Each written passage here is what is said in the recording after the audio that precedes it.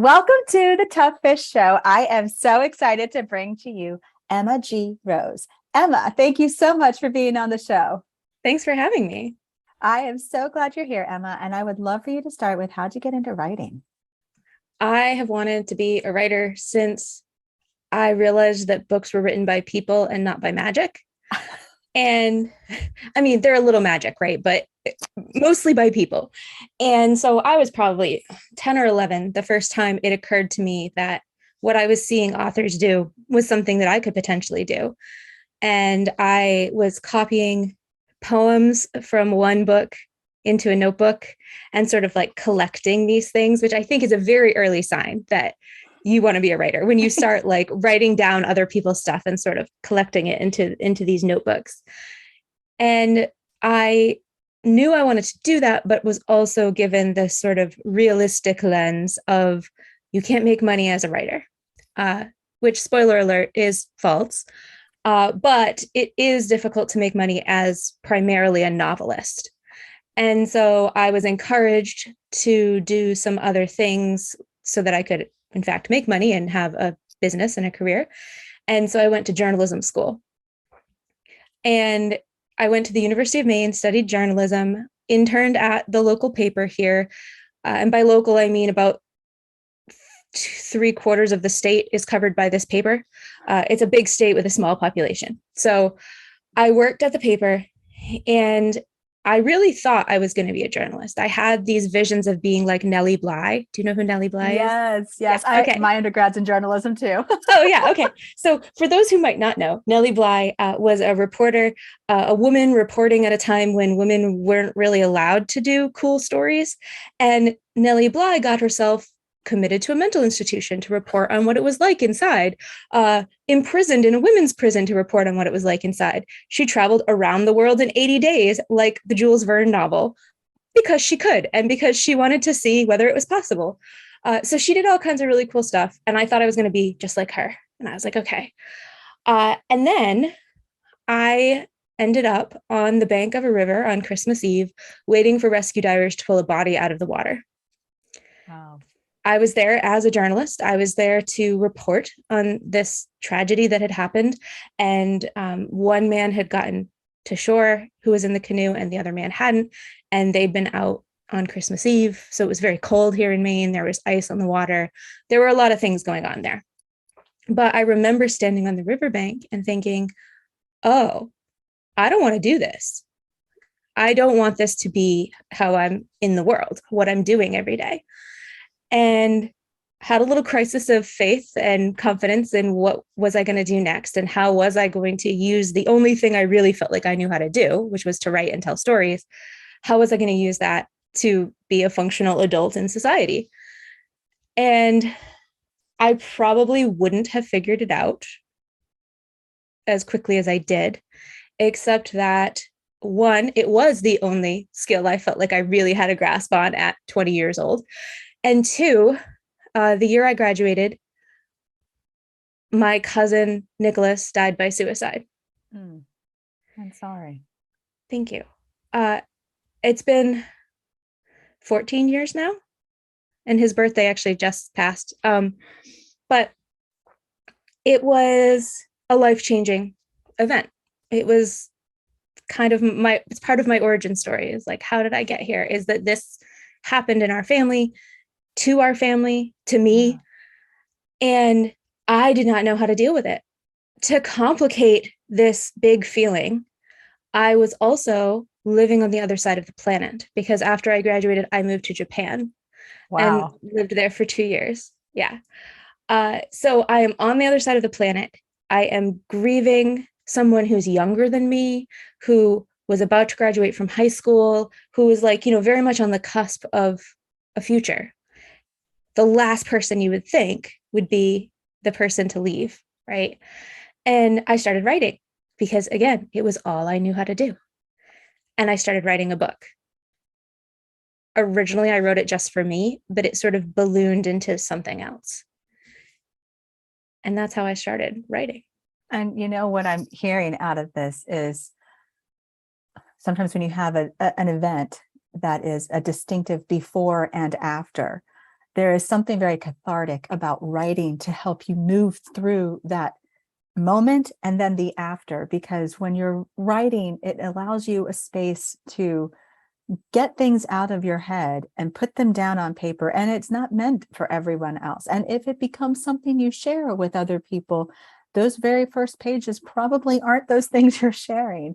But it sounds to me like the space that you had to write enabled you to process, enabled you to grieve, and enabled Mhm. you to figure out, like you started to see something, some beauty that came through that.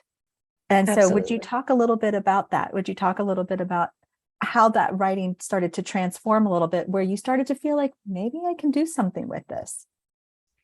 So when I first started writing this, I was not intending to write anything. I can remember it very clearly laying on the floor of my apartment. I was reading a Terry Pratchett novel. And as I'm reading and I'm trying to focus on my reading, these two characters start arguing in the back of my mind. And this is a thing that happens to me sometimes. I don't know that it happens to everyone, but it does happen to me, where sometimes an idea or a fictional person will sort of insert themselves into my world. And so these two characters, teenagers, and I got that from their argument, are trying to figure out whether they're dead or not. And they're having this like kind of snarky teenage debate about whether or not they're dead. So that's where I started this adventure. And as I worked on it and as I started writing it, I first of all had to explore beliefs about death and the afterlife, because the two characters die, and it's not really a spoiler, it's in the second chapter. So the two characters die in the second chapter, and the adventure is their journey through the afterlife. So I started researching, what does the afterlife look like in different faith traditions, in different mythologies? How does that look? And then I also started to research into people's experiences with death, either near-death experiences or people who had attempted suicide and then survived. And as I researched these things, it first of all gave me a distance, right? It gave me like space between this terrible event that had happened and myself. But it also created a sense of community. There were so many people who had experienced something like this. There were so many people, everyone in all of history has died, right? Everyone you know will die. You will die.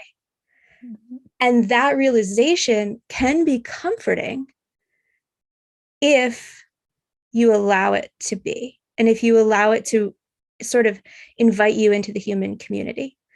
So as I'm discovering all these things and I'm realizing all these things, I had this desire to share it with my friends and family as a way to say, look what I learned about death. Look what I learned about loss and grief. And when I did that, I started to get feedback of, this really helped me.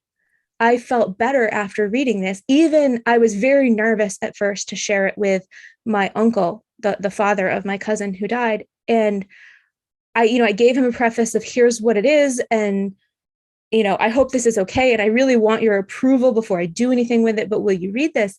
And he said it made him feel better. It made him feel like there was like a place for my cousin to go, like he wasn't in our lives constantly, but he was somewhere. Mhm. And that feedback, that sense that it was helping my family, made me think, oh, wow, maybe this is going to help other families or other people. And maybe whether I keep writing books or not, maybe I really need to find a way to get this one out into the world. Yeah. Yeah, absolutely. And in its own way, you had a form of beta readers.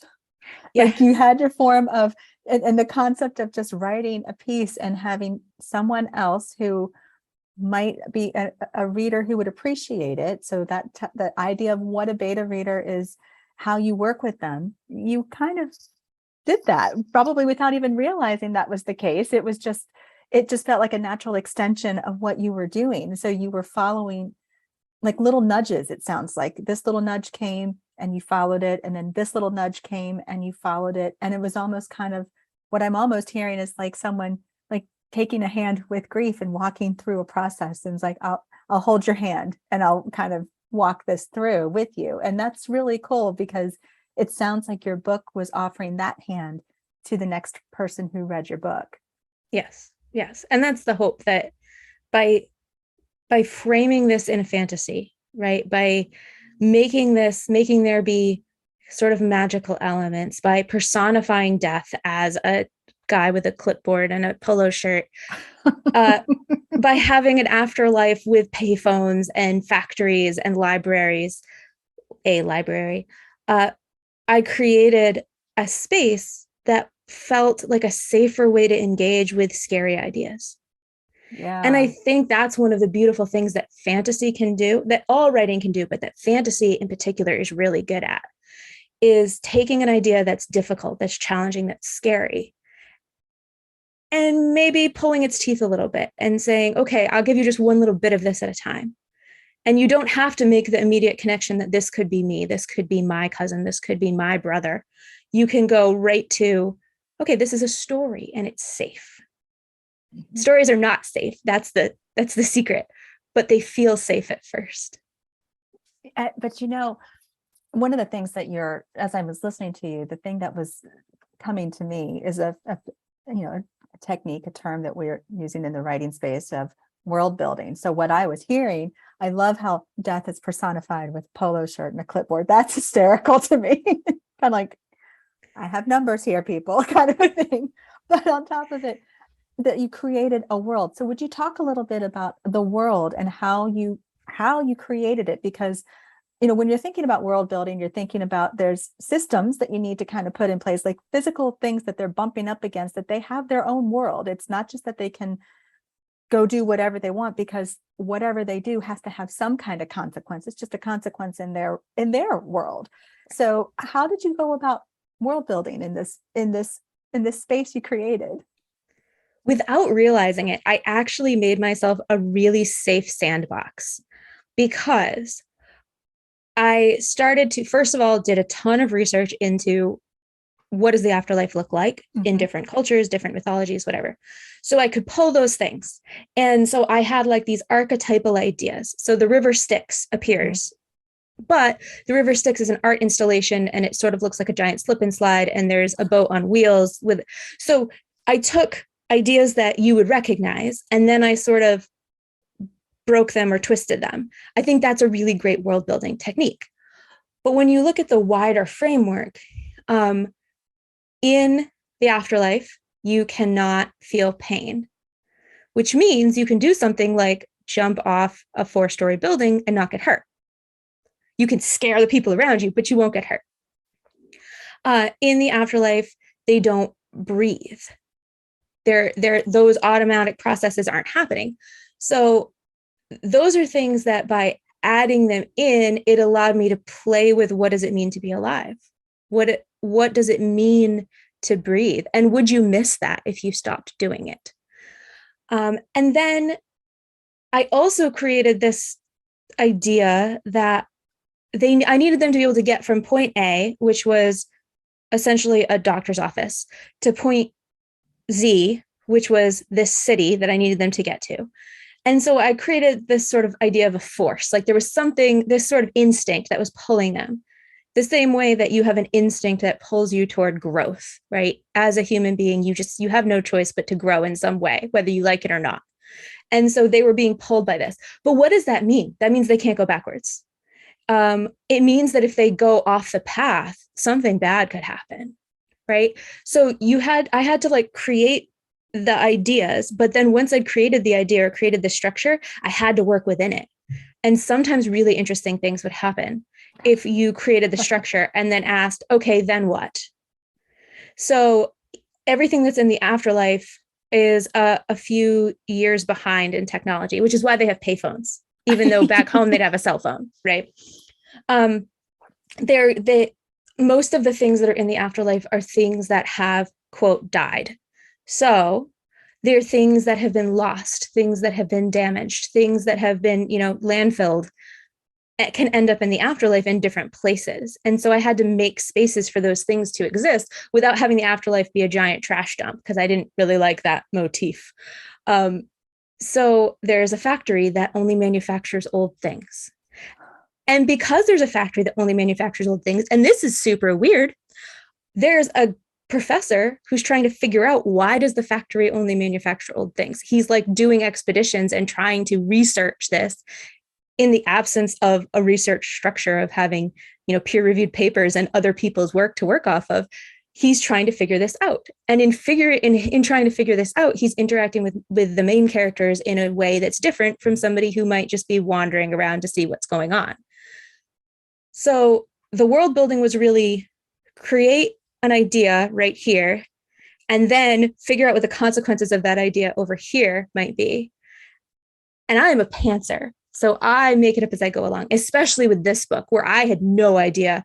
When I started writing the book, I didn't even know I was writing a book. So I certainly didn't know what the end was going to look like.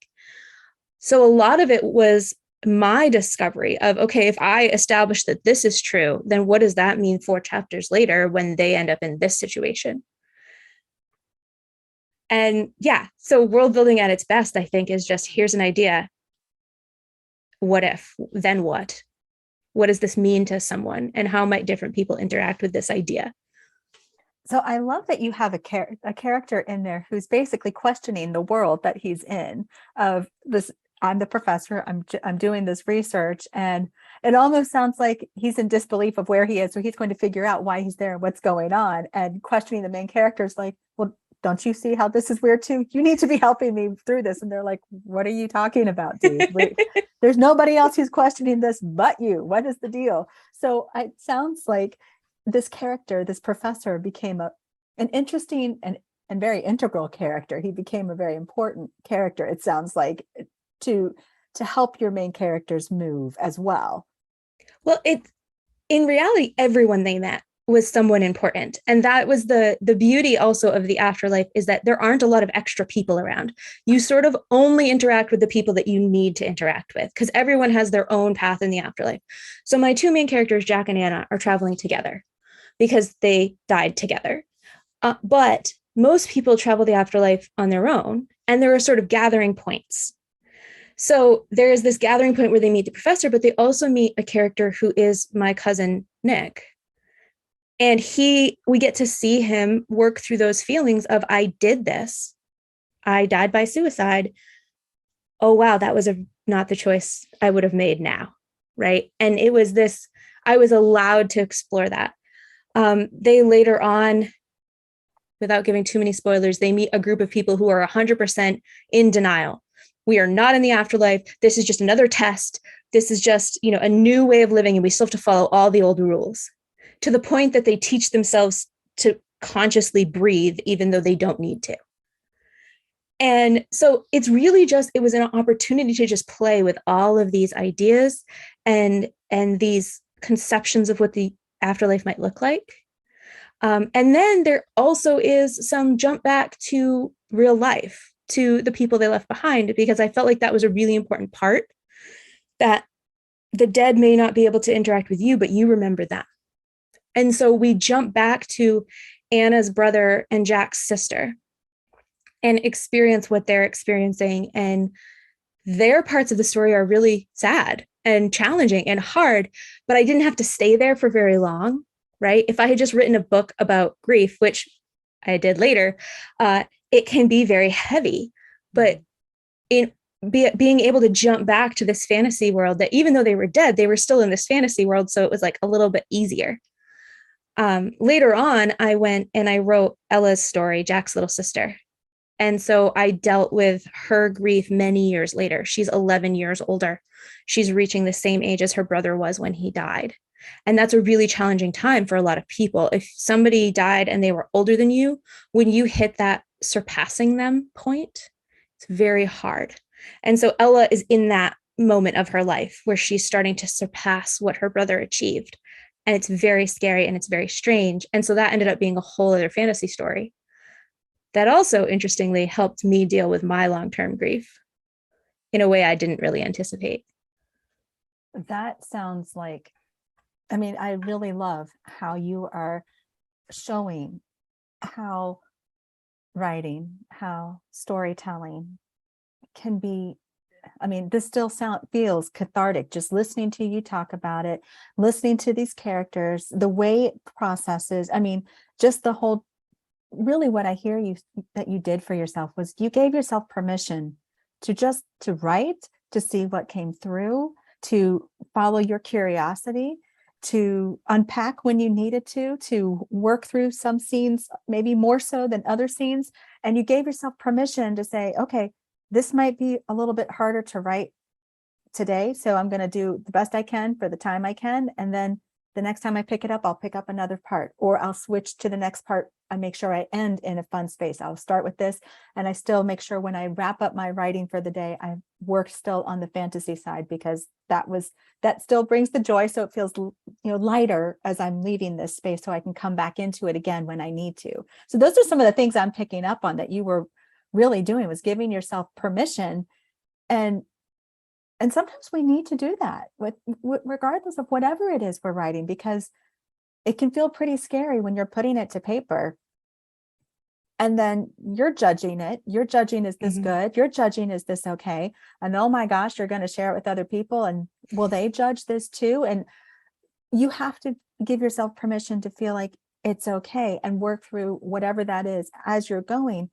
And when you feel really good about it, it's easier. It doesn't make it easy. It just makes it easier to be able to share and be okay with that.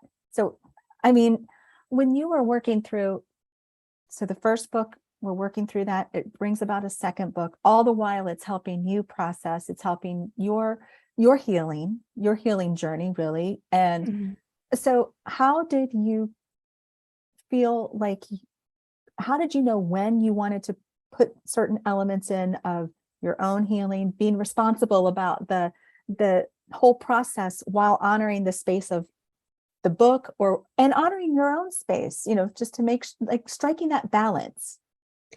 It is a hard balance to strike, where I want to talk about these things, but I'm also very aware that there are ways of talking, especially about things like suicide, where you can do more harm than good.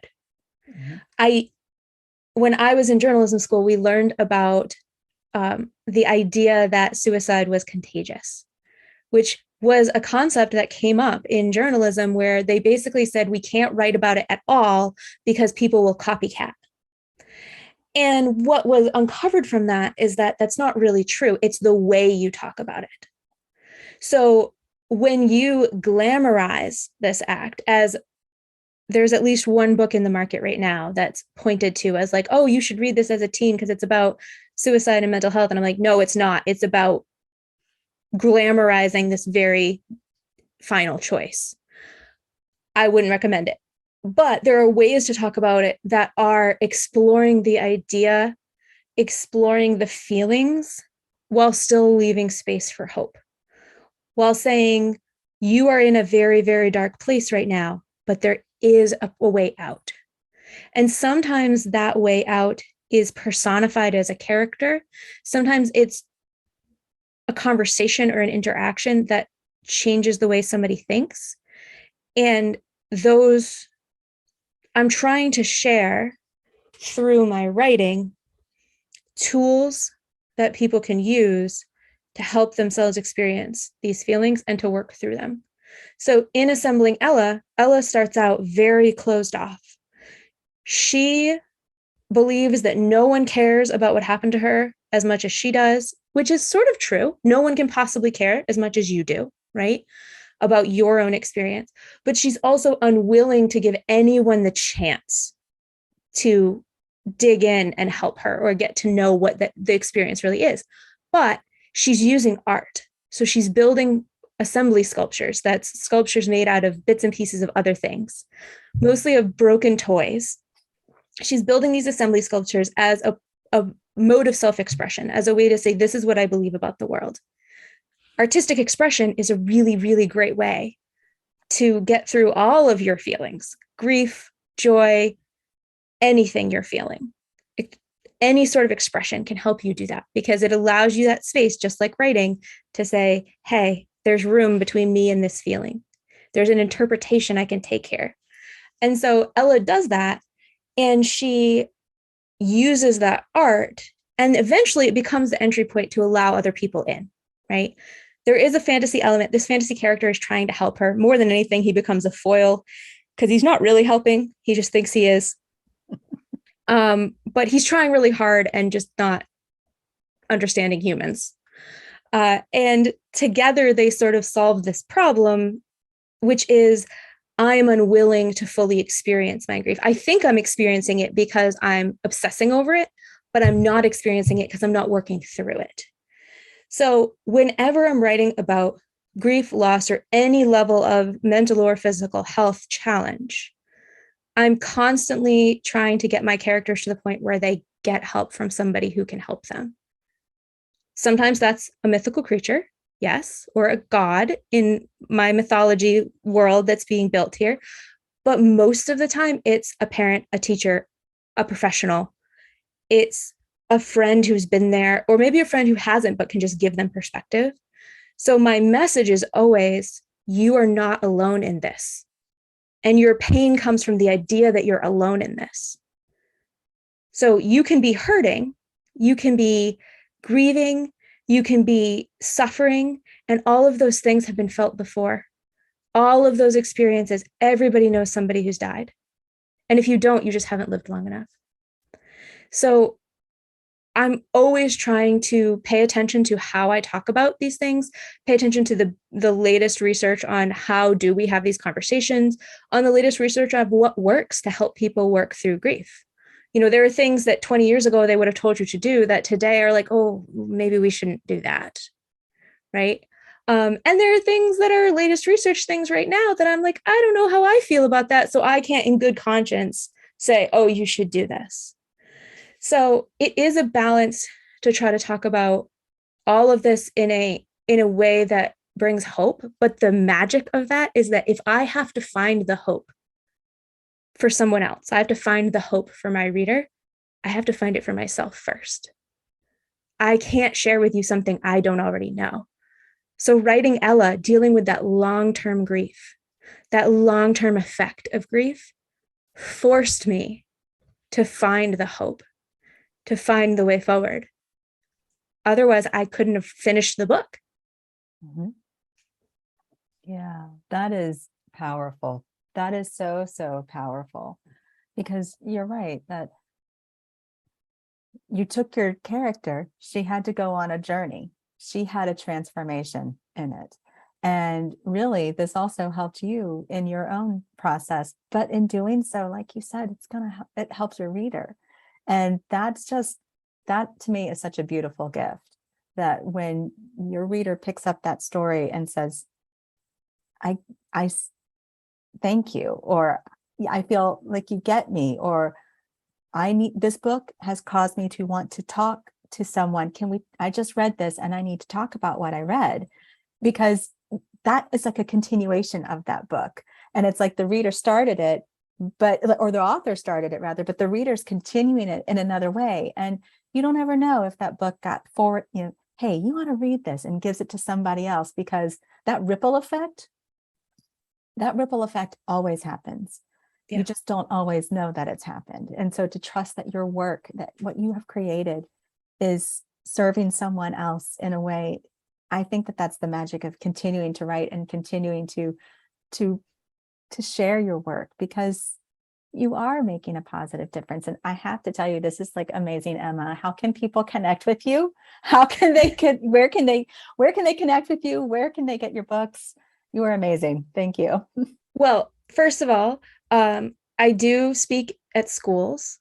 And one of the things that always happens when I speak at schools is that a kid will come up to me. And I mean, a kid, like as young as middle school, will come up to me and say, I lost someone. What do I do now? Or listening to you made me realize I wasn't alone. So that ripple effect is so real. And it happens not just in the writing of the book and in the reading of the book, but in me getting to talk to people about it, in being here and talking to you. So if people are interested in that sort of thing, and want to hear more about it, you can go to emmagauthor.com is where all my everything is, including places to connect with me. I'm big on social media in that I post, but I will talk to you if you talk to me. So if you have questions, if you want to talk to me, I'm on Instagram as life_imperative. My publishing house is Imperative Press, so that's where that come from. I have Emma G. Writer on Twitter, but I also have Indie Book Talk on Twitter because we are the Indie Book Talk podcast, talk about all things related to indie publishing. And then I am sort of dipping my toe into TikTok, and you can find me there. I believe I'm Emma G. Author on TikTok, but all my social medias are linked through my website. So I would recommend go there first and then find the social media that works for you. Awesome. Emma, thank you so much for being on the show. This has been such a great conversation. Thank you so much. Thank you.